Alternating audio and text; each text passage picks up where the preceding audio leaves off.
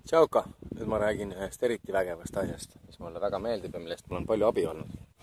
Ma räägin Purity veepudeli headest omadustest.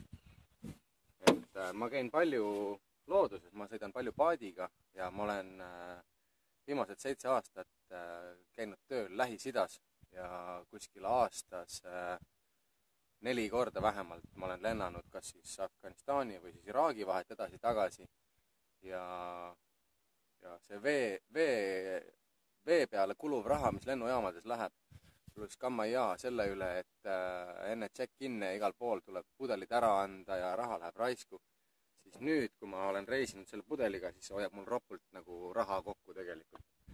Ja alternatiivid selle jaoks on need, et ma tahan näiteks loodusesse vett kaasa vedada, siis on olemas sellised veekotid, kuhu läheb 3 liitrit, mis kaalub umbes 3 kilo.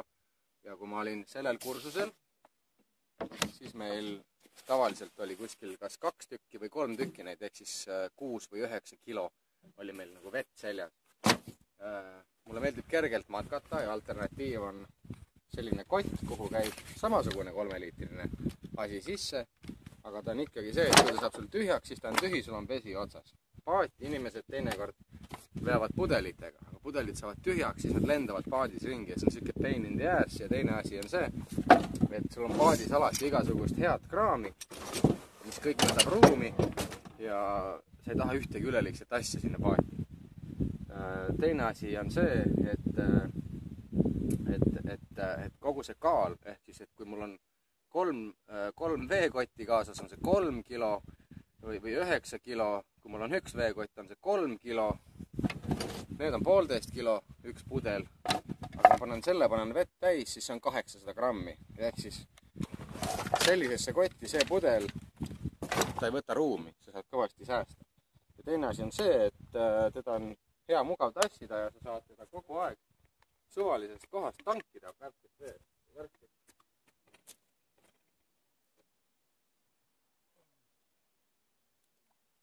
Palun. Emajõe vesi, kaladele väga hea, aga päris niisama ise teda ei jooks.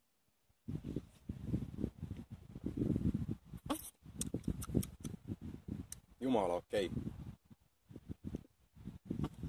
Ja üks trikk, mis ma kindlasti tahan inimestele veel näidata, sõdurite trikk pärineb kõrbetest ja pärineb muust sellisest asjast on see, et kui mul näiteks on soe vesi, siis seda asja kasutades ma saan alati teha veekülmaks.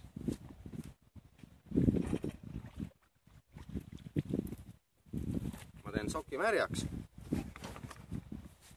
Ma panen pudeli soki sisse.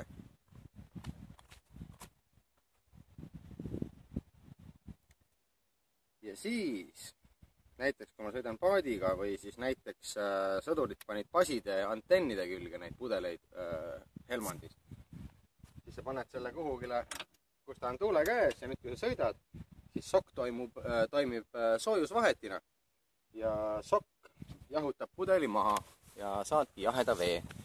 Et minu jaoks täna juba nagu täiesti asendamatu varustuse element, ütleme siis niiviisi, nii kalal, nii reisil kui metsas ja ma ei tea, kui sa oled kalamees, matkamees, reisimees ja sul ei ole seda pudelit, siis ma leian, et sa oled väga paljust ilma jäänud. Aitäh, tšau!